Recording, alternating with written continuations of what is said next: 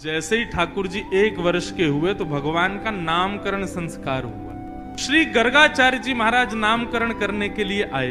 गर्गाचार्य जी ने आकर के कहा, नंद बाबा कल का मुहूर्त अच्छा है, कल नामकरण कर देंगे, आज रात्रि विश्राम कर लेते हैं। बोले ठीक है। गर्गाचार्य जी बोले लेकिन एक दिक्कत है। यशोदा मैया बोली क्या? हम किसी के हाथ का बना भोजन नहीं करते, खुद बना के अपने ठाकुर जी को भोग लगा के तब पाते हैं। यशोदा मैया बोली अरे तो इसमें दिक्कत की क्या बात है, मैं आपको चूल्हा दे देती हूँ, आपको बर्तन दे देती हूँ, सारी सामग्री दे देती हूँ, आप बनाइए। गर्गाचार्य जी बोले जो जो कृपा दे दीजिए। यशोदा मैया ने सब सामग्री दी, गर्गाचार्य जी ने भोजन तैयार किया। अब बढ़िया एक पात्र में खीर बनाई, खीर में इलायची डाली, केसर डाला, मिश्री डाली, बढ़िया सुगंधित। आहा, जैसे ही गर्गाचार्य जी ने खीर बनाई, अपने शालिग्राम भगवान के सामने जैसे ही उसको सजाया। अब गर्गाचार्य जी का नियम था कि वो जब भोग धरते थे ना, उसके बाद 108 माला करते थे। अंदर आंगन में ठाकुर जी बलराम जी के साथ खेल रहे थे। खेलते खेलते अचानक रुक गए। बोलना तो जानते नहीं, थोड़ा थोड़ा बोलते हैं। बलराम जी बोले का भयो? अच्छा, मनी मन में दोनों की बात होती है। ठाकुर जी बोले अरे भैया आज एक बहुत जोर को भगत आयो है, नामकरण करवे आयो हमारो।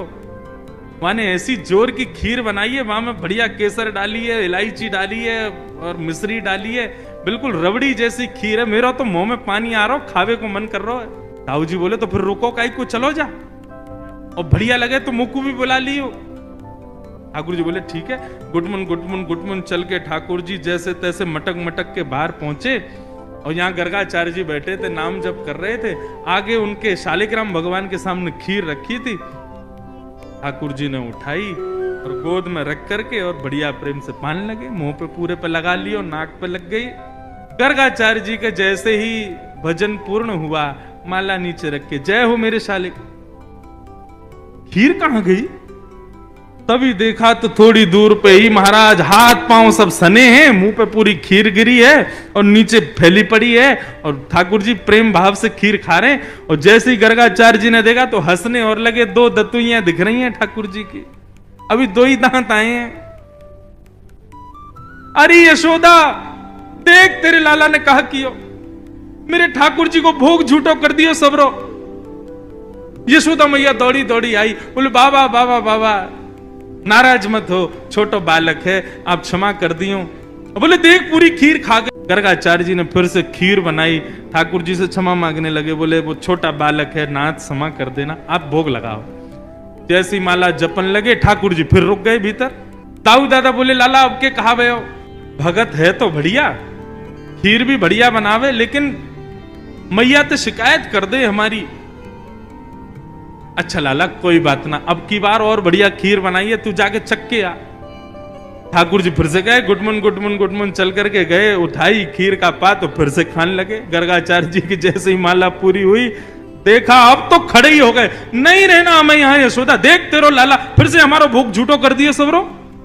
यशोदा मैया बोली क्षमा कर दो, मैं अपने बालक को किसी कमरा में बंद कर दूंगी, लेकिन आप नाराज मत हो। ठाकुर जी को ले जाके एक कमरे में छोड़ दिया, और मैया ने फिर से सब सामग्री दी।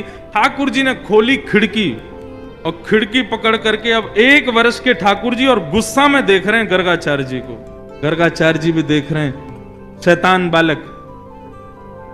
ठाकुर जी भी मन मन सोच रहे हैं, दारी के अभी तो तेने शैतानी देखी ना है हमारी, अब के बना तो को बताऊंगा मैं।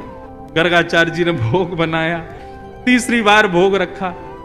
ठाकुर जी क्षमा कर दियो, छोटो बालक है, अब की बार भोग लगाओ।